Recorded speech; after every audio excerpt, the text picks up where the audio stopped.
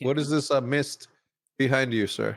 It's that lady's car smoking. She's still parked in the living room. She won't get out. It's an Asian lady. It's hard. The communication is difficult. Wait, is that what that sound is? That yeah, it's the windshield wiper motor. She's trying to clear the windshield. She's got them. That's what that is. You're spraying that fucking shit in your room, your closed off room, the whole show. I hope leave it on. I mean, leave it on. I'm giving you little bursts of it. I've got a little remote here. Like if I put that thing full on, it would kill me. Like it's so powerful. What's the smell? What's the smell like? Just like regular smoke, or? It's if you've ever been like in a club where there's a fog machine, it's that fog machine shit. You know, but too much of it in this little room really does start feeling dangerous and making me nauseous. Just hotbox the room. I essentially have. I mean, it's closed, but it's fun. Oh, you don't think it's dense enough? No. I don't think it's marijuana smoke. Oh, no, it's not marijuana smoke. Is it? How's it going over there in Georgia? We're good, right? You mean as far as weed? Yeah.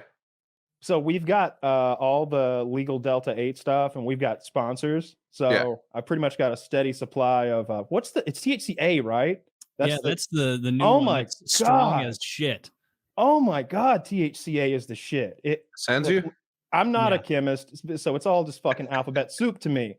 But the dude that I spoke to, our rep, and like people I've spoke to at smoke shops, they explained that it starts off as a legal chemical, and when you heat it, it becomes the illegal chemical.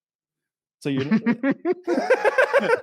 I'm like, magic-a-doo, a dippity-doo, a bibbity-bobbity-boo. And I'm fucking, all right, give me two. Like I don't give a shit about any of that. It's the most flagrant loophole of any of them. Like that's what he told me too. He was like, "Oh, let me explain the loophole to you." So THCA in its pre-smoked form, different, legal, 100%, good to carry around in all legal states and whatnot. The second you ignite it, it turns into THC. And so I was like, like really? Like that? Oh, that's why then when I've been smoking these joints, they're sending me, I'm getting fucking lit. Yeah. Like, high as shit. High quality stuff, that THCA. Same with seeds, right? Because they're hemp, and then they don't obviously mature and go through the adolescence part. Yeah. Same with like mushroom spores. They do that too. Like you can order mushrooms online and then make them grow them in your closet, I guess. Never done that, but it should be easy. It's mushroom. You would think it would be easy, but I've heard it's rather difficult. The people who succeed at it say it's easy. I think it's hard. That's how a lot of things go. We grew mold. I guess I wanted to grow fungus, and I grew mold. I was close. you eat it, and you're like, "Oh, I feel just sick." We've got a guy in our Discord. Well, we've got several that grow mushrooms, but we've got one that like makes DMT in his kitchen on Pyrex with got the fucking gloves on, mask, and goggles, and he's in there fucking like Walter White making DMT out of. Shit he orders off the internet. But he doesn't look like a chemist. He looks like in the same way a chemist in the same way I look like Pikachu right now. Like he looks you're wearing the costume. Like he's pretending to be a chemist, and it's like, but you're still gonna smoke this, man. I don't think you're supposed to wear like floor cleaning gloves when you're doing that, like the yellow ones. I don't see a problem with those yellow dishwashing gloves for his mom. Loaned him.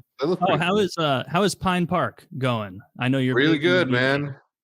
Really good. I think we've hit a groove that allows us to just be curators of cannabis, and then we do collaborations with with different multi-state operator brands like Doghouse is the latest one. Roundtable Selections. We've done my people in a private reserve garden in Oklahoma City. So we've done a collaboration in Oklahoma City.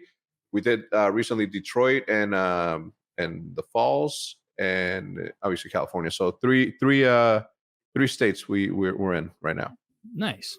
Are you always experimenting with new strains and new everything, or do you kind of when I get the chance to? Yeah. But we have experts, man. We have these two really, really talented content creators, Tim Brown and Eric Kahn, he's probably like one of the top, if not the top, cannabis creator. Eric Kahn is his name, and he's just like smokes so much and so many different variations that most of the time we just let him pick the thing that sends him the farthest, and that's what we go to.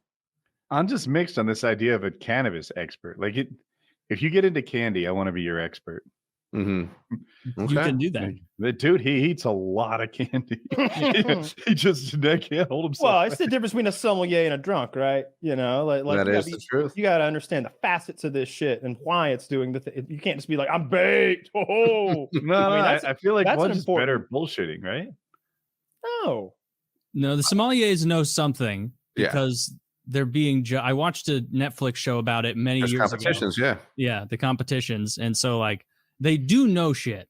Like they can have a little sip of wine, and most of them are like, oak and a little bit of lemon. Is that lemon rind? But it's from the hills of Versailles, and during the they'll give you locations, area. They'll give you like the entirety of every single thing that they can think of that they can recognize from a certain region and shit. I just want to clarify as far the sommelier cover like hard liquors and all sorts of things like because that's whiskeys, what I was more getting at, whiskeys and such, like the guys that are experts about that, because those things really are very nuanced. And what I've noticed is that the experts can absolutely tell the difference between a bad whiskey and a superb whiskey, and they can even tell the difference between great whiskey and good whiskey. But when it comes to wine, whenever I see it really put to the test, they'll slip in a $10 bottle of wine and it'll slide right side by side and with that fancy schmancy. They can't tell. You couldn't pull that shit with me. Like I'd be like, these aren't real Fruit Loops. This is Acme brand. Get the fuck out of here. You know how Woody would know? He'd be like, processed sugar. This one's number one. Like, is that a watermelon Skittle I taste in my wine? It's like, yes, it's a Mad Dog 2020. It's the shit that bums drink, so it'll fuck you up. Oh yeah, but I think most Cheetos is.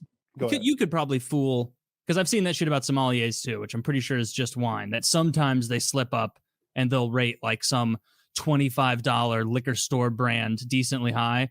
I bet you can fool the bourbon people too. That would probably be even easier to fool because it's so fucking strong. So much. I watch.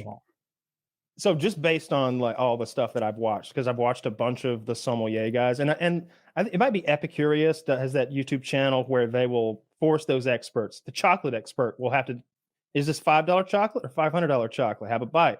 And it's usually easy to tell with that. I watched the Cured Meats episode of that. Yeah, sure, they're fantastic. It's fun viewing. But I've also watched YouTube channels that are just about nothing but liquor. It's like, what we do here is we taste these liquors. Here's Conor McGregor's liquor. We're going to tell you what we think about it. And, you got 2 or 3 liquor experts, and they sort of, it tastes a little bit like this other one.